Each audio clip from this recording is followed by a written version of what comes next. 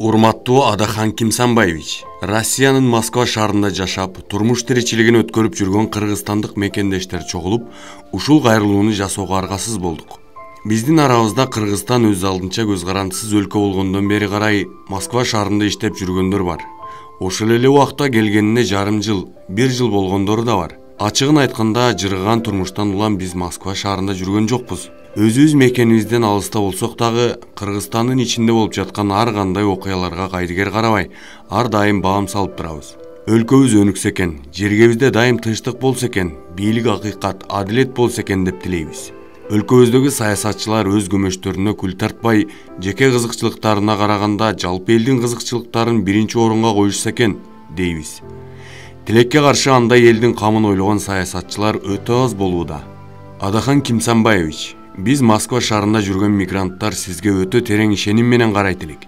Сизди өтө таза, адилет, акыйкат, өз элине ак ниет саясатчы деп эсептеп келгенбиз. Ошондон улам сизди ар кандай шайлоолордо колдоп жүрдүк. Москва шаарына келгениңизде тосуп алып, сиздин сүйлөгөн сөзүңүздөн кадимкидей кубат алып калат элек. Көрсө, биз сизден да адашып жүргөн экенбиз. Сиздин сүйлөгөн сөзүңүз менен жасаган ишиңиз эки башка чыгып калып атканына эми чындап көзүбүз жетип, супсунубуз сууп турат.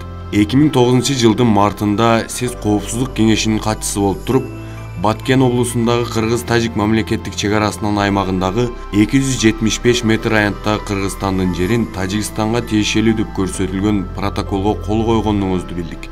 Эгерде ошол документти көрбөгөнүбүздө ишенбейт элек. Биз үчүн бул күтүлбөгөн сокку болуп калды. Сизди Кыргызстандын жерин саткан десе ишенчи эмеспиз.